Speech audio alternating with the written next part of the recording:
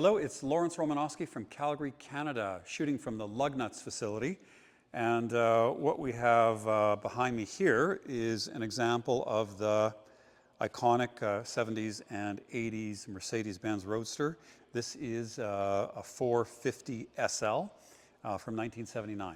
So it is an example of the R107, which was the family of two-seat convertibles and four-seat coupes, the R107 and C107. They came out in 1972 and they were in production for 18 years, only finally ending in 1989. They went through some revisions over that time, of course, but they didn't actually really change that much from beginning to end. So this video is a preview for an online auction. It's broken into sections. There's a table of contents, so you can skip forward if you like. You don't necessarily have to digest it in one sitting. We'll start with a brief history of the R107. We'll then go and do a walk around of this car, the interior, exterior, interior, under the hood, and also underneath the car, because we put the car on the hoist. We have a paint meter, so we can do a paint depth report showing that this example has original paint. And then finally we can go into the documentation and provenance of this car. We'll end it up with a cold start and a driving video. So these videos take anywhere from 45 minutes to an hour. And the objective isn't to generate likes or increase subscribers, although I'm happy to do that too. But the objective is to impart the greatest degree of confidence for somebody buying this car online who would then be sending a significant amount of money to somebody they don't know for a car they haven't seen, and maybe in a different country or continent. And that's why my videos are an hour long, because I like to go through every square inch of the car and even give you a more detailed presentation than you would if you came to see the car live, because we have access to the hoists and so forth, and we can cram all that into 1 hour, whereas you'd never be able to do that if you just visited the showroom, though you're welcome to do that too. Okay, so let's start with the section, generally speaking, on the R107, C107, and maybe what to look for when buying one of these cars. Okay, so this is an example of the R107. It came out in 1972 worldwide. In North America, the first year, 72, we got a 350 SL, even though it had a 4.5 liter engine in it. The next year, they rebadged it as a 450 SL. The initial cars had hubcaps, Euro bumpers, and then that was changed to North American spec, I believe, for 1974. And then we have I think we have they're called the bunt, I guess, bunt, 14-inch alloy wheels. And these were on all the Mercedes virtually from the 70s as an option, light alloy aluminum wheels, okay? Other than that, visually, the car didn't really change that much until 1986, when it became a 560 SL and it got different wheels, a third brake light, and some other subtle changes. But otherwise, the car has been remarkably similar to the very first version in 1972. The changes the car went through, we have the 4.5 liter engine that goes up to 1980. And this is an example of that. And then for 1981, there was a new family of aluminum engines. Fuel economy was more of a consideration, and so they were fairly drastically downsized, and this became a 380 SL. Horsepower went from 180 or 190 all the way down to 150. And it wasn't until 1986 that this new family of aluminum engines, starting with the 380 SL, became a 560 SL, and it kind of got its performance back. Okay, so we have the 4.5 liter engine with a cast iron block, which this is, from 72 to 79, or from 72 to 80. And then we have the 380 SL, an all aluminum engine, for 81 to 85, and then the 560 engine from 86 to 89. Then the car is replaced by this car up there, which we call the 129. And that was 1990 to 2002. And, didn't make the coupe for 82 to 89, whereas they made the Roadster during the whole time. So the Roadsters are quite a bit more plentiful than the coupes are. They made about 300,000 107s, the R107 Roadster and the C107 coupe. And it's about a 75%, 25% split. Since they are so plentiful, and even, you know, the newest one is 35 years old, there is a huge difference in condition. Surprisingly, there's not that much difference in price. You can look at advertised 450 SLs for $10,000 or $15,000, which are completely hopeless basket cases that can never be reconditioned with any kind of a budget, that are now just parts cars. And you can find, you know, really nice cars for less than double that. But it would take $200,000 to make a bad car into a good car.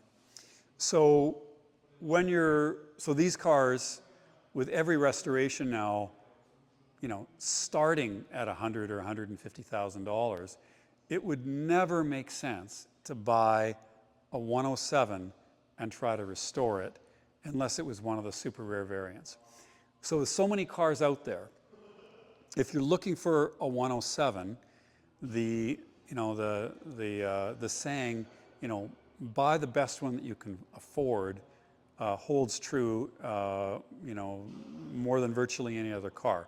Because you cannot make a bad car into a good car for any reasonable amount of money. You should really look for a good car in the first place. Now happily for me, and all of us here at Lugnuts, this is one of those cars. Because in a nutshell, it is a extremely well-preserved car with original paint and no corrosion and low mileage and an original interior. Okay, so all of those combinations don't happen very often. The mileage is under 80,000 kilometers, and we have this documented from new, and later in the video we'll go through all the service records and so on. So 50,000 miles, 80,000 kilometers from new. We can go through it with a paint meter, and we can show you that it's got the original paint depth throughout. When the car was brand new, it was sent to this undercoating shop who very liberally coated it with black tar and then sprayed it with oil. It was done when the car was brand new, probably right from the dealer. When we look underneath the car, which we'll see later, we can just see that it's just black everywhere. Normally, that would be a concern for a buyer, thinking that a new application of black undercoat was sprayed over rusty metal to conceal you know, some nasty bits underneath the car that the seller didn't want you to see. As I demonstrate in the video later, walking underneath the car, and then show you with the warranty certificate I have for the undercoating from 1979, that isn't the case here. So this is from Superior Rust Proving Service for a 79 450 SL in September of 1979. And that's in Scarborough, Ontario.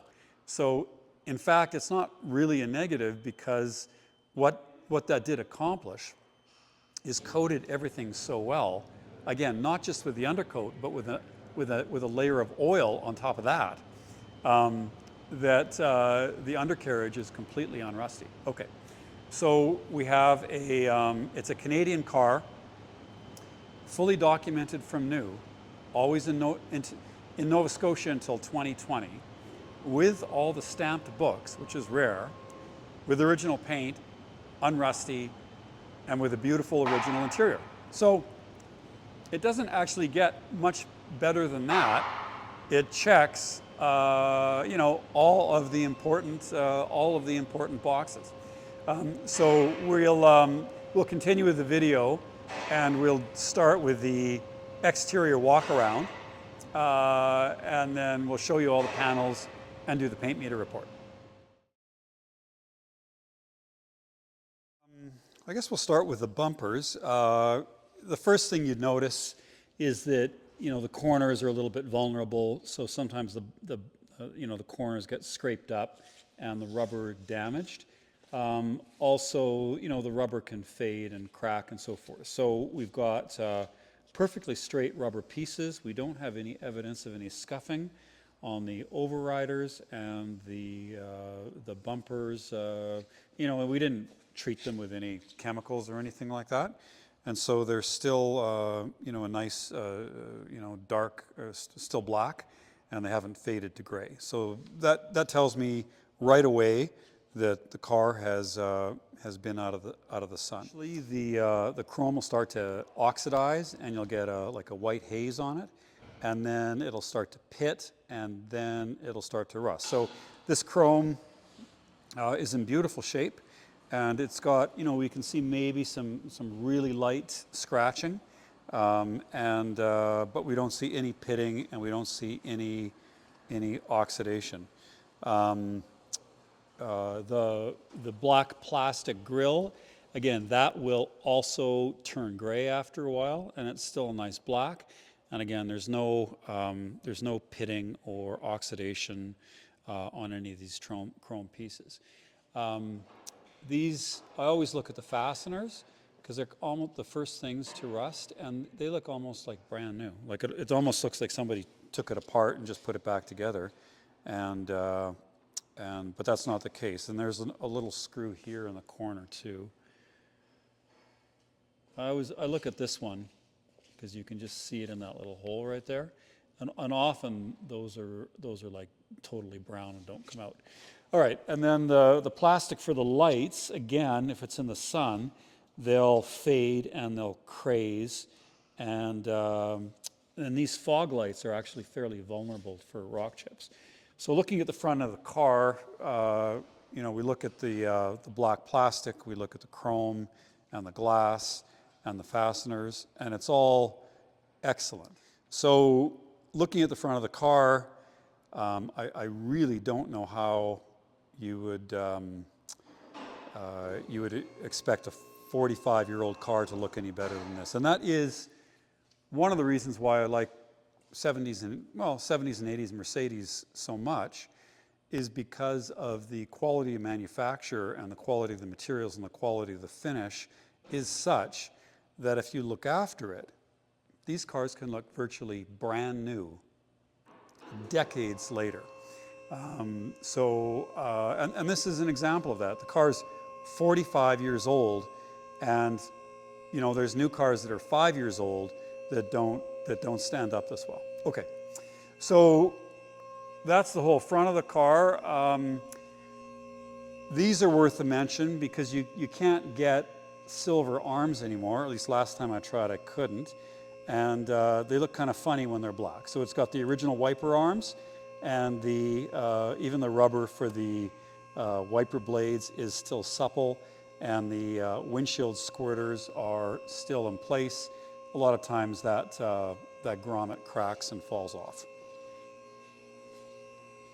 If the car doesn't have its original windshield, and this one has a Mercedes-Benz windshield, if it gets replaced, sometimes these chrome pieces don't go on that well, or the guy installing them wasn't patient enough or hadn't done the car, and they're a bit of a mess. And then what can happen is water gets underneath, and then it starts to rust. So having a car with its original windshield in it is a big plus, because there can be problems when the windshields are replaced. especially for like, you know, a cheap aftermarket windshield with somebody who's not familiar with doing it on this car and trying to do it for the first time. Okay, so all that's in place, and it doesn't look like it's been ever mucked around with, because then you'll see evidence of scratching on the windscreen surround. I'll look down the side of the car, and these rub strips obviously are there for a reason, and they can get damaged, and they're pretty fussy in the way that they're attached, and they're you know, there's screws on the back of them that can rust, and these can bend. So they're actually, once you take them off, they're really tough to put back on properly. So if the car's had any kind of paint work where it's required to take those off, often the fit isn't right, they don't line up properly, they're bented or dented or whatever. So I look at those, and they're expensive to buy new. So all of those are nice on this car. Door handle looks good. You know, I look around the door handle. If somebody had rings and stuff like that, I wasn't that careful. Often there's a lot of scratching, and there isn't on the car. Going around the back, the power aerial does work. I'll verify that, but I believe I noticed it go up and down.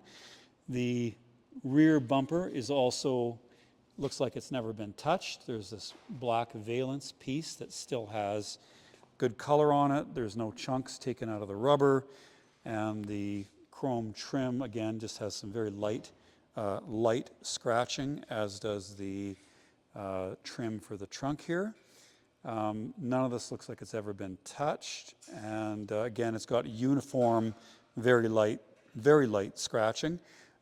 Again, the lights look new. There's no fading. This car just was, I know this car was just never left out in the sun, and probably never driven in the rain either. Okay, so then again, this corner, there's no scuffs or scrapes there. The lights are in good shape. We've got all the original tags in the fuel filler area, and I love it. It says it increased pressure for driving over 160 kilometers an hour, or something like that, or over 175 kilometers an hour. You should increase the pressure.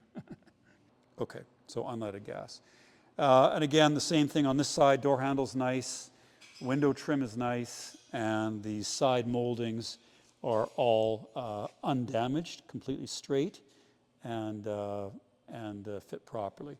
On a car like this, we also expect that all the door gaps are even, because it doesn't look like anything's ever been apart, and it's an original paint car, and so you know that the door is just going to shut like it did. Now, if it was in an accident and it was repaired, it just wouldn't do that, and often it wouldn't have all these correct gaps, and these lines wouldn't line up the same. Okay, so that's something else I'll look for on a 107. There is a scratch in the back here. That's from the hardtop. It's a little bit of a job to lift it off cleanly, and if you're not careful or don't lay a towel down, it can scrape. So that happened on this side, and this is very common. And there's another little mark there, and then the pin for the hardtop goes in there, so if you don't get that right, you'll scratch it there. So there's a few marks from taking the hardtop on and off, which is normal. Okay, going around the front of the car as well, we can see I see rust often on all these little fasteners, holding on the bracketry for the fan and various bits for the AC and so forth. And there's a little screw that lives in there as well. And I find that on the rusty cars, all of that starts to rust first, as well as the different fasteners in the engine compartment. Okay, so I've called this car for original paint, and I can just go through and verify that. This paint meter is set up in micrometers. Factory paint depth, on any new car really, is between about 100 and 200 micrometers. That's between 1/10 and and 1/5 of a millimeter. And so these Mercedes I expected in the low to mid 100 micrometer range. And I can call these numbers out. 127, 131, 127, 118, 159, 127. Do the hood. 148, 146, 137, 147,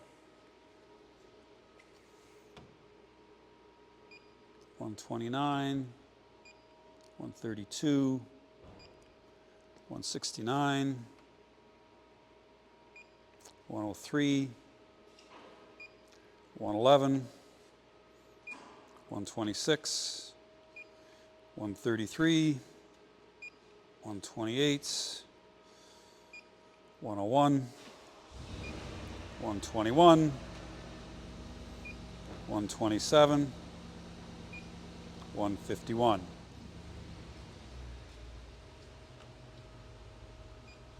120, 142, 174, 146, 140. We'll do this side of the car.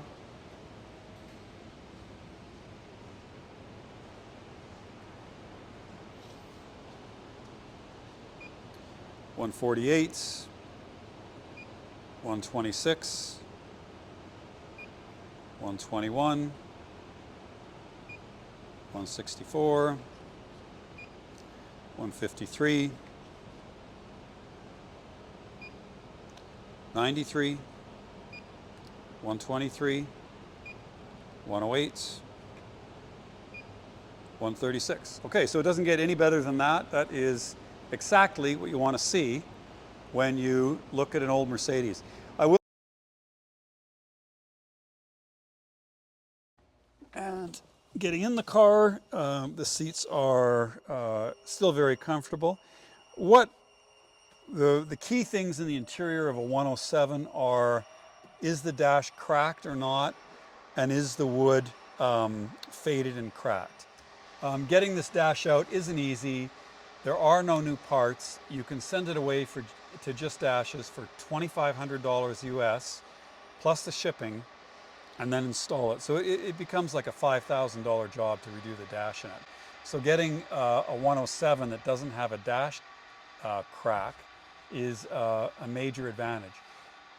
With many cars, when they do have dash cracks, for $100, you can buy a really cheap cover that in the photographs almost looks original, but when you touch it, it's just immediately obvious that it's a cheap piece of hard plastic, not the soft touch vinyl that this is. So you want to make sure that if you're looking for a 107, that you at least figure out if it's got a cap for the dash or it's the original dash. And this one again is in beautiful shape and is uncracked. Also, the wood is still dark. If the car is left out in the sun, the wood fades, okay? And then it starts, you get hairline cracks in all the veneer. And so this wood is in beautiful shape. It's dark and there's no cracks. The interior of this car is really quite fabulous. And again, along with the the headlights that aren't faded, the glass and plastic that isn't faded, the interior isn't faded as well. And that isn't a surprise. With a car like this that probably went to a very good home in Nova Scotia, was garaged its entire life, and then in Nova Scotia, of course, it's right on the ocean and it's not that sunny. So it just wouldn't have had a lot of sun exposure, and that shows looking at it. Otherwise, in the interior, I can't really fault it. There is some padding in there that looks like it's a little dry, and they fall down a little bit. So if you wanted to get really picky about it, the headrests could use a little bit of refurbishment, but they stay up and out of the way and do their job. We do still have the original, which comes in this first aid kit, and it's still well stocked. Okay, so that goes in there. And the rear parcel shelf still looks in nice shape. So interior is beautiful.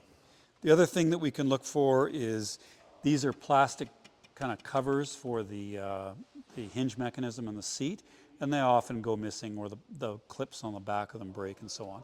So they're still in nice shape. And we can look at the passenger sill. This can get cut up and this can get scratched and so on, and it's still in excellent shape, okay? If the door panels come off, it's pretty hard to get them on back perfectly, and they can be loose, and you can generally tell if somebody's been in there, and this car, everything looks like it's just never been touched, okay? We can look at the striker.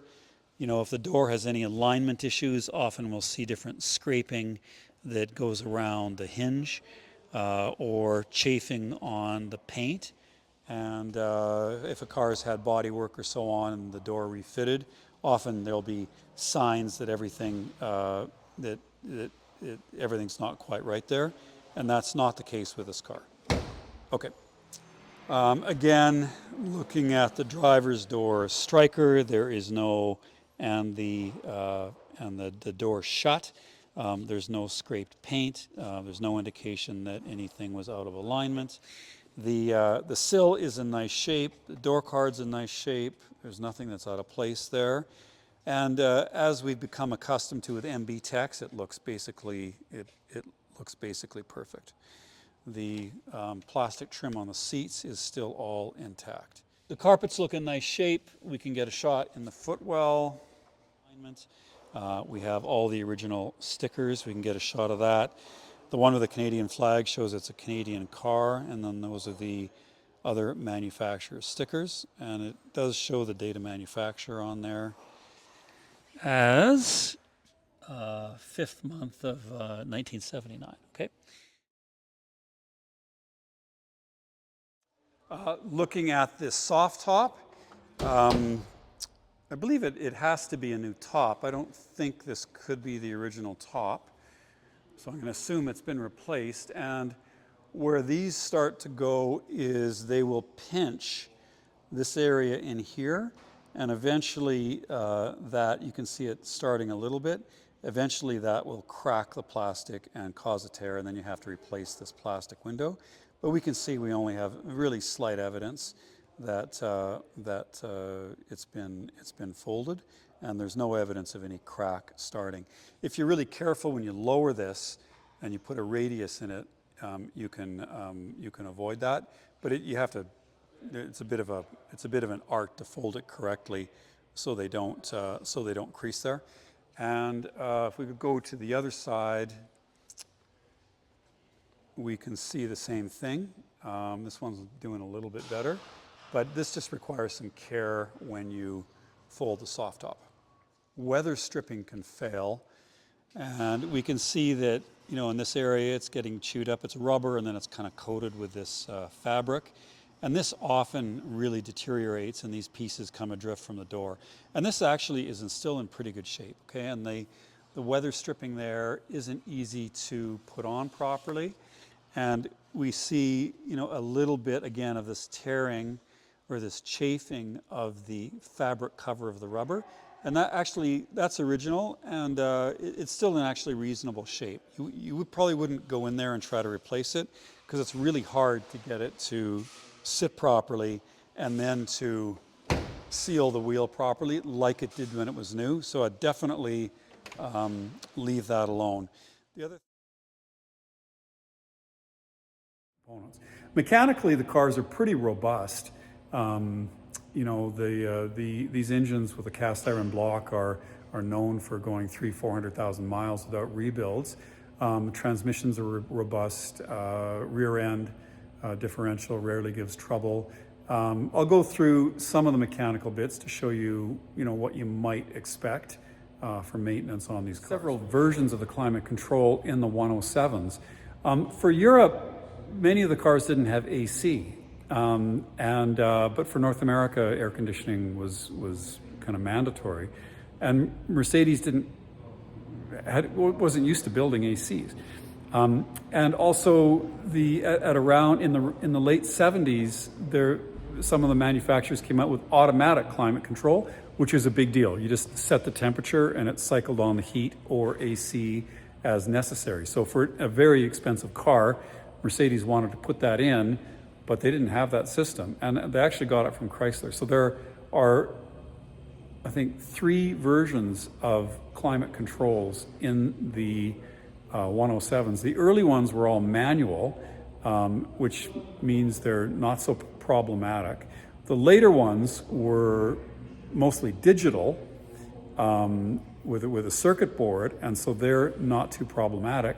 The ones in the middle, which this car is an example of, have what they call the automatic climate control 2, which was a system that they got from Chrysler, which was a mechanical system based with a whole bunch of complicated parts, vacuum lines, a climate control servo, et cetera, et cetera. Those were problematic, and in fact, they just about all failed. So this climate control servo, part of the ACC2, or the second version of Mercedes automatic climate control, it's a plastic housing with a bunch of vacuum tubes that control it in the top, a bunch of gears in the middle, and then the hot and cold water hoses are then piped into the bottom of it, and then through these vacuum hoses and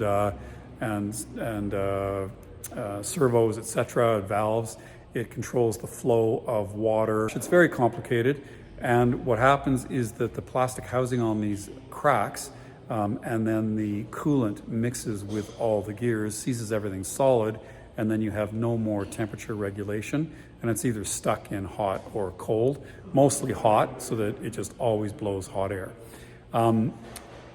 There are no more parts, like original parts for these, and so it's a problematic, expensive to fix, and most guys just leave it and just don't have any climate control on these cars because it's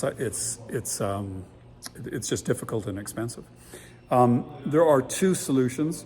One of them is to, and keep in mind, virtually every car has this problem. If you have a 450 SL with the ACC2 climate control, you will have the problem. If it hasn't been fixed, it will break. You will have to deal with this. There's 2 ways to do it. You can take the original and have it rebuilt. There's a guy in Arizona, a Mercedes-Benz club guy, that does it. Or you can get a modern replacement with a circuit board that is a retrofit that does away with the Chrysler system and has a solid state board which controls the flow. And that's what I've done on this car, and that's what I've done on another car. Both are about the same amount of money. I think it's $600 or $700 US to have the piece, to get the piece, and then plus fitting it or whatever. So I'll show you that right now. Okay, and this is the replacement retrofit modern climate control servo with a circuit board, and it takes all of the original vacuum lines, which gets plugged into it, and then it has a bunch of new vacuum lines which tap into the system, and so forth, and it basically replaces the Chrysler system with a modern version of that. It definitely doesn't look stock. It doesn't look as nice as the original, but I thought that was a better idea than trying to rebuild the original. If you rebuild the original, this guy, I can put a link in the notes, he does it with an alloy housing, not a plastic housing. So that's his solution. But I just figured you might as well just go with solid state. So that's that. We didn't mention AC, which is another area separate from the climate control. That usually involves replacing the compressor and refitting all new AC components and changing the refrigerant, which is a several $1,000 job. Most people don't do it because it's a convertible, and with the use these cars are getting, most owners just don't spend the money. The climate control, though, is something you pretty much have to do, especially if your car just blows hot air all the time, or doesn't have any heat. When we got this car, it just blew cold air. There was no heat at all, no defroster. So there's little choice but to have to do that. In addition to the climate control Other things which go on these, the power steering pump and reservoir leaks on these, just about all these cars, and rebuilding it with new gaskets and so on isn't easy. It's kind of expensive. Budget $1,000 for that. This one was rebuilt in the past at some point and doesn't leak. The steering box, which is different than the power steering reservoir. This is actually the mechanical box, worm and roller steering in these.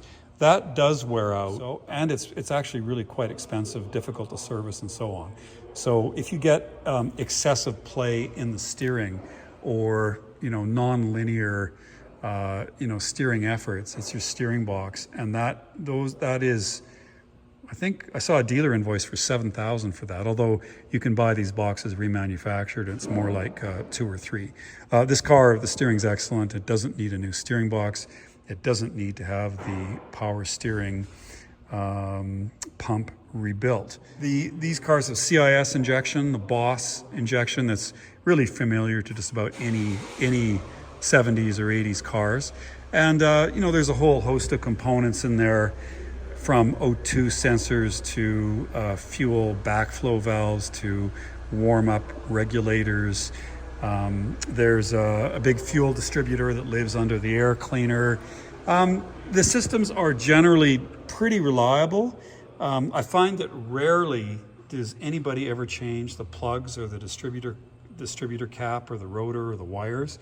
In this car, they were all original, so it had new cap, rotor plugs, spark plugs.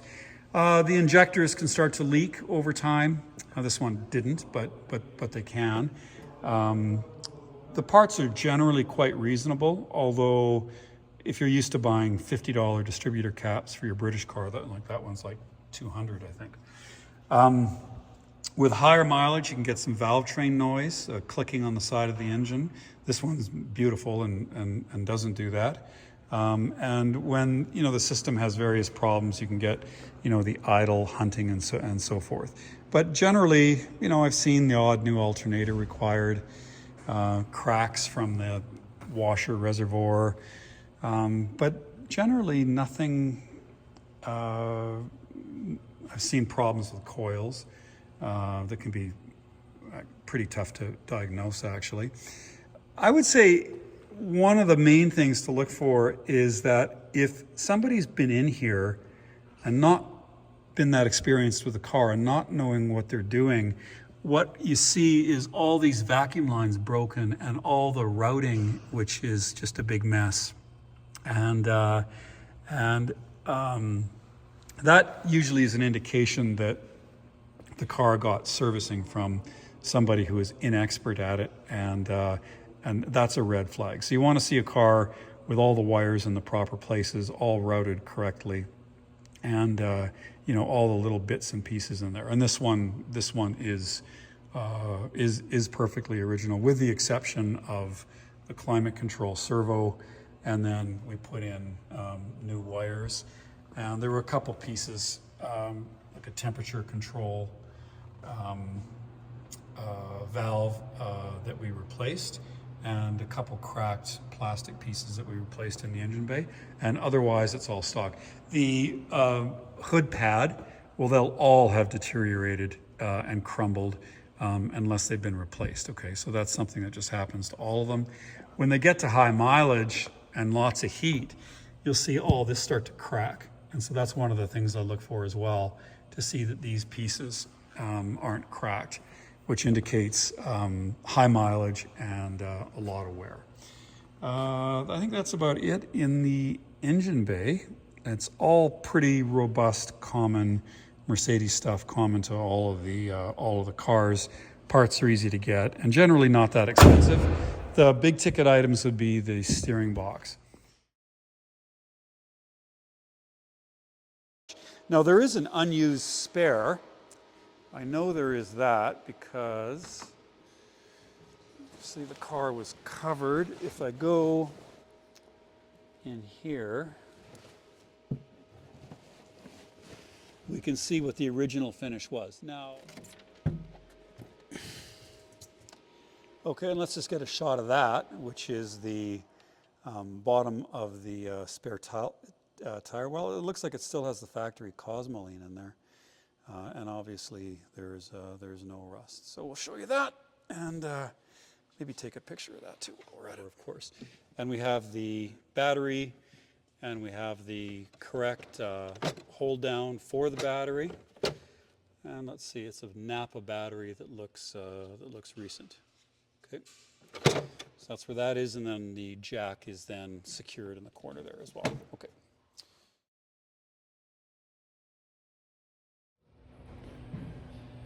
Okay, so this 450 SL has been on the hoist. There's still winter conditions out there. I hope to have a window to do the driving video in a few days before the end of the Bring a Trailer auction. But we can go through the undercarriage now in detail, and I'll turn this camera around and we'll just go through what's underneath this Mercedes. Okay, so let's get under the car.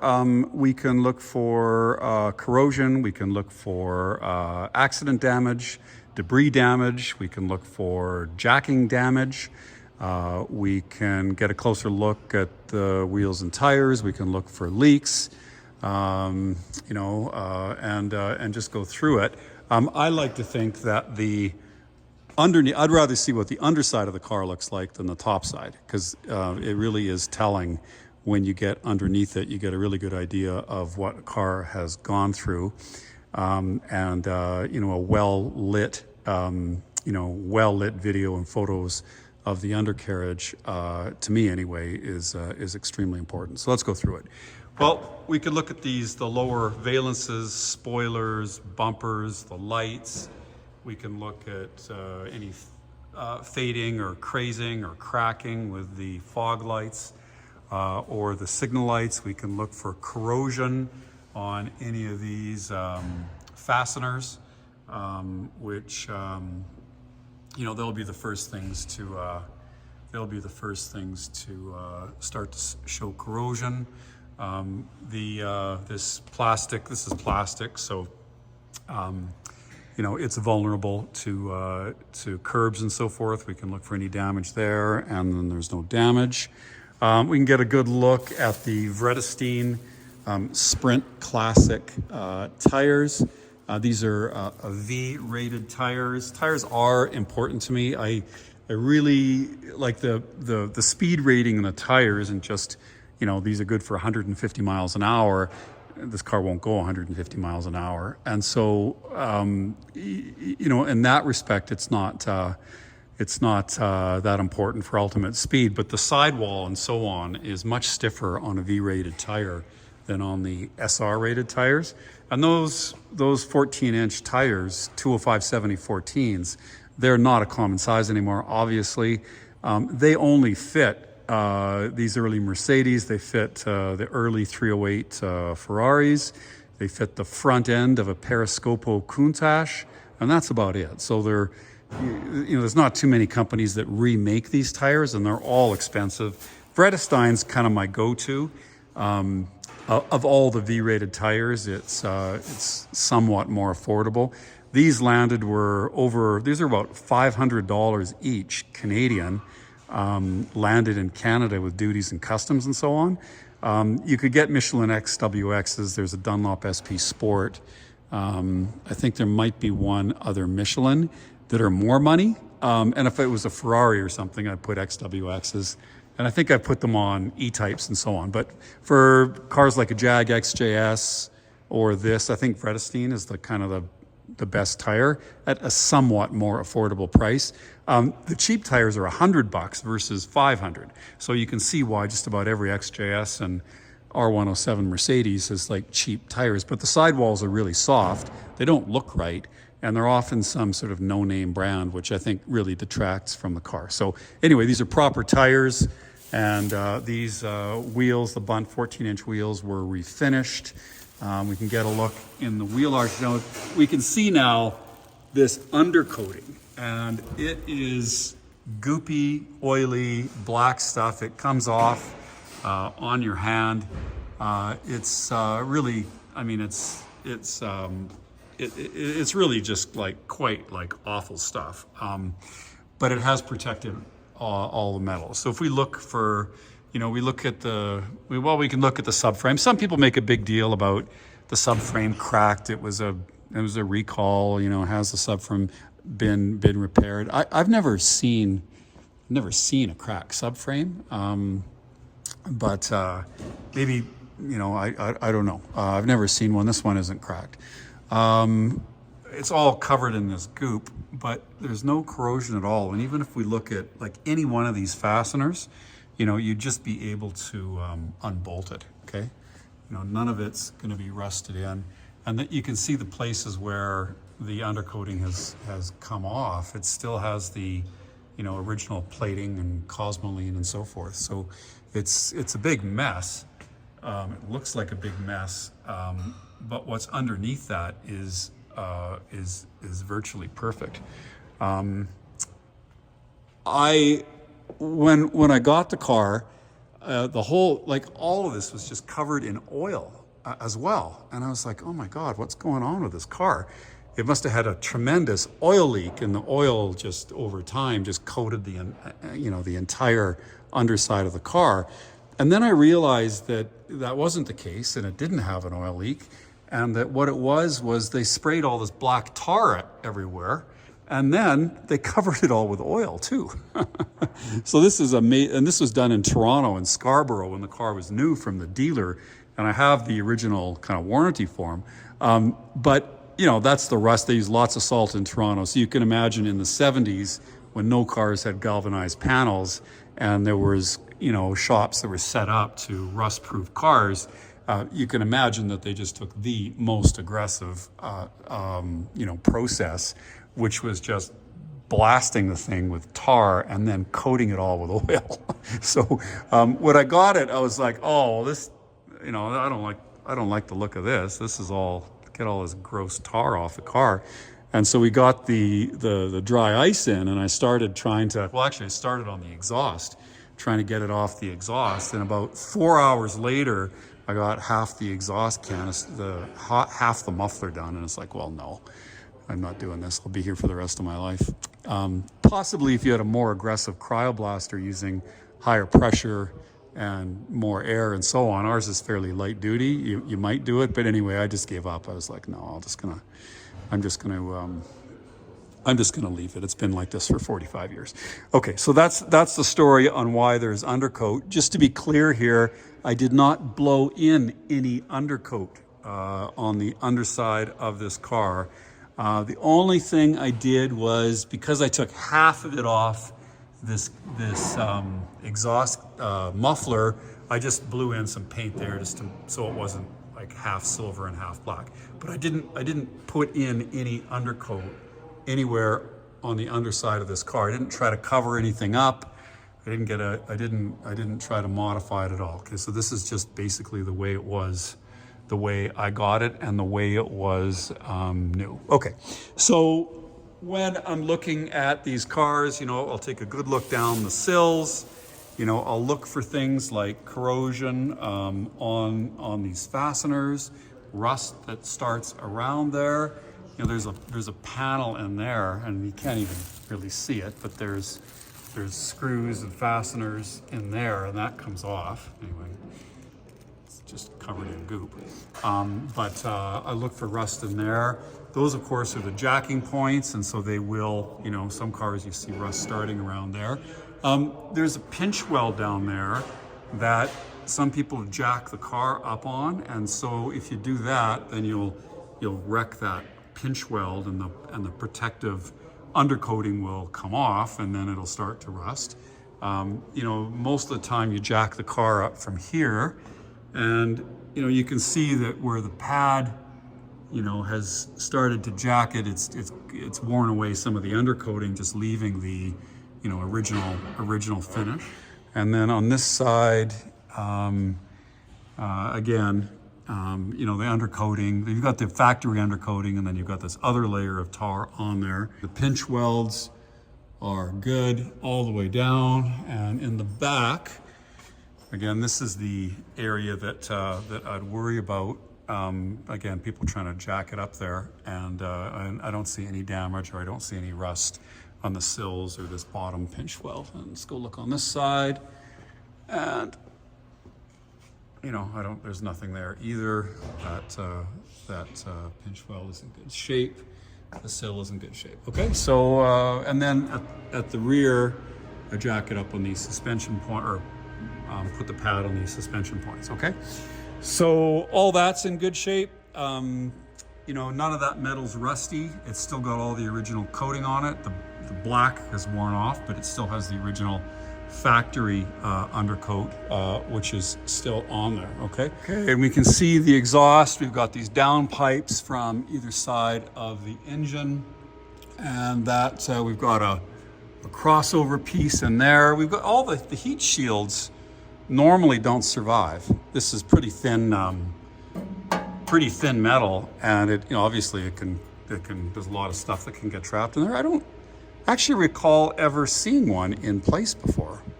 Most of the time, those are gone, and so then that heat shield then ends here, and we have the catalytic converter, which is still there, which most of those have been gone too.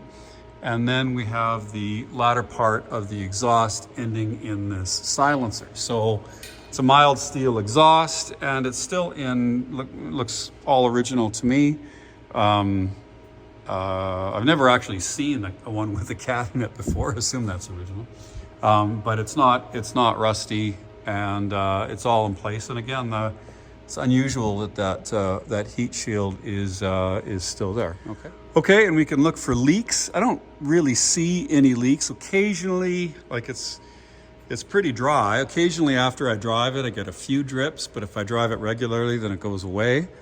There's no promises here. It's a 45-year-old car, but I don't believe that there's anything that is leaking enough to warrant going in there and trying to fix it. I don't see any wetness on the bottom of the, well, I guess there's, you know, a few little drips. Just it looks like they're coming from the drain plug there. But again, it doesn't leave anything on the ground. You know, like I said, just occasionally a couple drips, and that's it, and that goes away with use, so I wouldn't do anything there. I don't see any, I mean, it's hard to tell if anything's dried out because it's all covered in undercoating.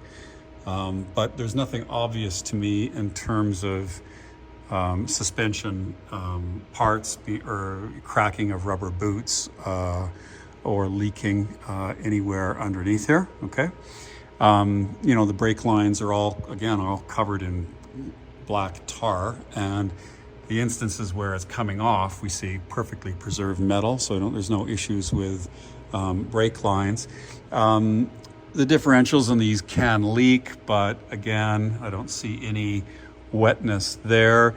The fuel system has been gone through, and you can see these components are new: fuel pump, fuel filter, and we can see a new brake caliper in the rear. Invoices for those are included in the gallery. And I know there was a little bit of suspension work that was done. I have to go look at it, and there's evidence that a few different things were addressed back here. But overall, it just looks like a stock car. No accident damage. The floor pans look totally straight on either side. I can't see anything there. And it actually all looks really good. I mean, it'd be nicer if it didn't have covered in black tar, but when you consider the lack of corrosion, I think most people would take it. These pieces here, you know, will collect a lot of dirt, and it's pretty thin metal, and so they will rust. And you know, there's no corrosion anywhere in there, or the bottom of the bumpers. You know, these fasteners will rust. I mean, it's remarkably corrosion free. I've never seen another. Well, I've had a few really nice old Mercedes, but I don't think I've seen one quite this clean underneath. I mean, everything is completely corrosion free. I mean, I can't see any evidence at all. And then again, where somebody's been in to service the fuel system in this regard, and they've had to take some of these bolts off, and they've rubbed off the undercoating. Well, then you can see what the bolts look like underneath. I mean, if I followed through with my original plan to dry ice and strip the bottom of this car, I mean, it would look brand new. I don't know how many hours that would take, but it would be spectacular. And maybe the next owner feels like doing that. I just can't. I just can't. Okay, so what else can I show you underneath this Mercedes? Well, not much. I can't think of anything else that's really material. All the suspension looks fresh, or in reasonably good shape. I don't see there's no leaking of any kind. There's no damage of any kind, no corrosion of any kind. The exhaust is still all intact, etc. And I don't know what more you could want in an old Mercedes. I hope that's helpful, and we'll go on to the next section. On top of it, I've laid all of the what comes with the car in terms of all what's in the manual and books and Mercedes-Benz literature, service records, etc. So let's take a look at the maintenance booklet. Now, normally these are filled out for the first few years, and then they go blank. So we've got the production card of the car, and we see the 735. I think it's Astral Silver, if I'm not mistaken, and the 818 would be the blue MB-Tex interior. Came standard with Michelin car tires, and then we have the chassis number and the engine number. We pick it up. Now, in Halifax in '79, I'm not even sure they had a Mercedes-Benz dealer. So we have this car being serviced in Toronto, and we can see it starts at 1,648 kilometers and 10,000 kilometers, 14,000 kilometers, 12,000 kilometers, 13,000 kilometers, 18,000 kilometers.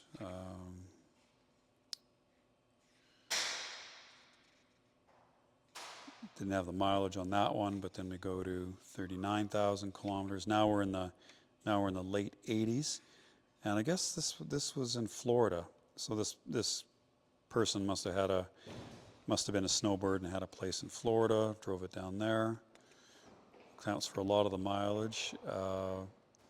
And then we get to 50,000 kilometers, 60,000 kilometers, 64,000 kilometers, 72. Now we're in 1992, 72,000. Well, it only has 79,000 kilometers now. So in 30 years, it's only gone like 7,000 kilometers. But we still see lots of services. So 72K, 73K, and 73K, 74K, 75K, 75K, and that takes us up to 2010. So that is unusual. Most of these times the books would give up long before that. So this is a maintenance booklet from new to 2010 with Mercedes-Benz dealers.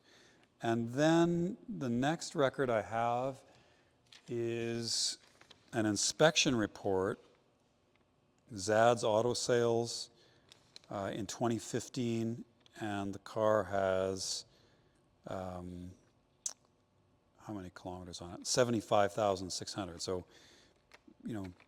from 2010 to 2015, it's picked up, no kilometers, right? Because it was, what was the last mileage there?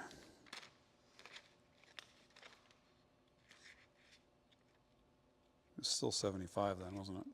Yeah, it was 75,340 in 2010, and it's 75,602. So it went 300 kilometers in 5 years.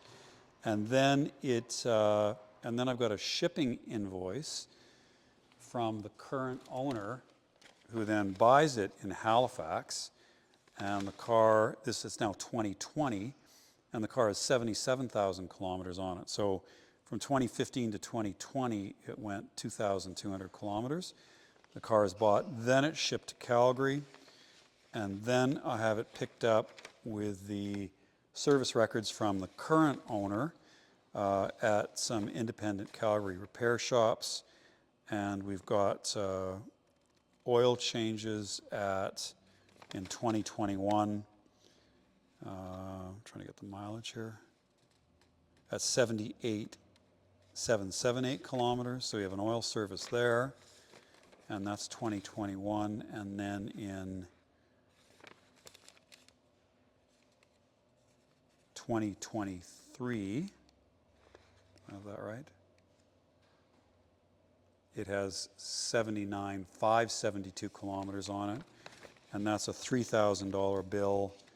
And we have oil, we have a adjustment for the hardtop, we have water pump, fuel filter, fuel pump, and that's a $3,000 bill from Regal. And then in 2024, it goes to Continental, and I have a $2,000 bill, and that is steering shaft coupler worn out,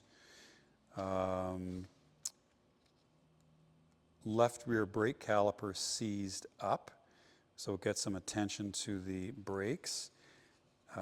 It gets shifter bushings that are replaced, and a suspension stabilizer bar link.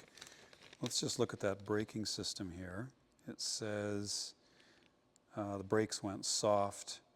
Left rear brake caliper seized up. Right front brakes uneven wear, 3 millimeters inside, 5 millimeters outside.